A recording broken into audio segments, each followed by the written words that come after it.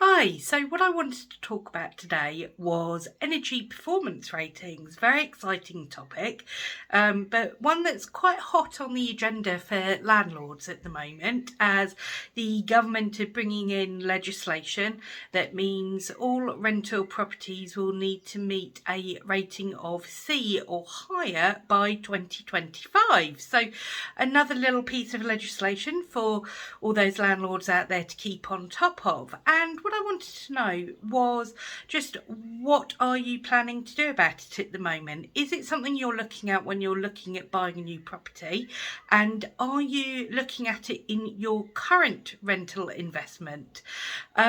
So national average for properties at the moment are around a D, but there are a huge amount of properties that are lower than that, especially when they're older properties. Now, you can get exemptions, but the exemption for basically being allowed to not increase your EPC rating to a C is going up to £10,000 worth of work. So the government really want this to happen. The first thing I would do is get a copy of your current energy performance certificate, have a look at that and see what it says. See when it was done and see if it matches the current condition of the property, because you or the previous owner may have made some improvements to it already. On that report, there is already going to be some recommendations on there as to what you can do to improve the rating of the property.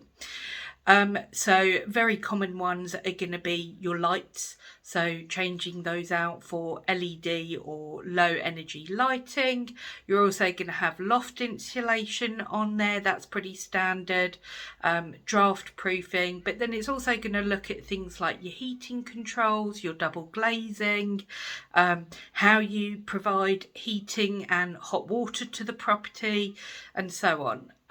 So some of those changes can be quite expensive to make. So what I would do in the first instance is have a look at making some of the smaller changes, and they will only usually cost a few £100, hardly anything, and then speak to an EPC assessor and get the property reassessed.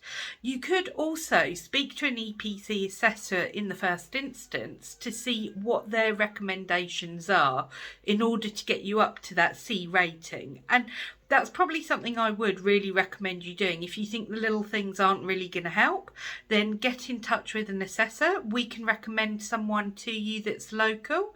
But those are the first things that I would do. So if you've got any questions at all about that, or any recommendations, or you can't find a copy of your EPC report, give me a shout and I'll be able to help you.